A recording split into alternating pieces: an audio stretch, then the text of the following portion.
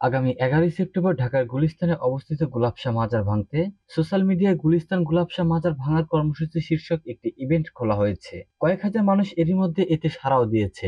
সামাজিক যোগাযোগ মাধ্যমে ইভেন্ট খুলে আন্দোলনের সংস্কৃতি রাষ্ট্র ও সমাজের জন্য হুমকি কিনা ভাবছেন রাজনৈতিক বিশ্লেষকগণ।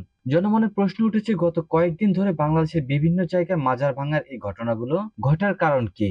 ক্ষমতার পট পরিবর্তনের সাথে এর কোনো সামঞ্জস্যতার যৌক্তিকতা নিয়েও প্রশ্ন রয়েছে।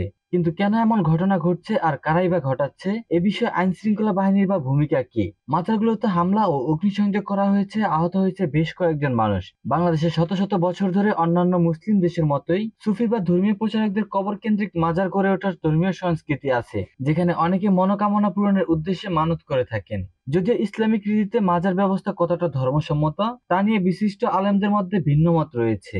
বাংলাদেশের দক্ষিণ এশীয় দেশগুলো অনেক সময় মাজার কেন্দ্রিক ব্যবসা, প্রতারণা, মাদক ব্যবহার বা অর্থ উপার্জনের জন্য ব্যবহারের অভিযোগ রয়েছে। তবে ইসলামিক চিন্তাবিদরা বলছেন এভাবে হামলা করা গ্রহণযোগ্য নয়। মাজার ভাঙা নিয়ে যে ধরনের ক্যাম্পেইন চলছে সেটিকে অন্যায় মনে করছে ইসলামিক ফাউন্ডেশন।